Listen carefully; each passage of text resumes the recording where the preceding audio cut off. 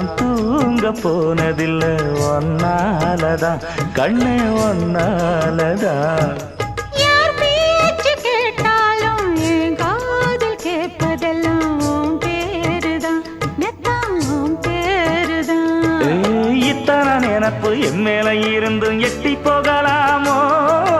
கட்டுப்பாடு இருந்தும் கட்டிக்கு முன்னே ஒட்டிக்கொள்ளலாமோ? முத்தமிட்டா மோசம் என்ன உண்டாகும்?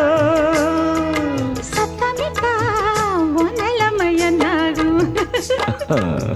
புது அடையாள அரைச்சு தொண்டையில தான் நினைச்சு மாமன் கிட்ட பேச போற மணிக்கணக்கா.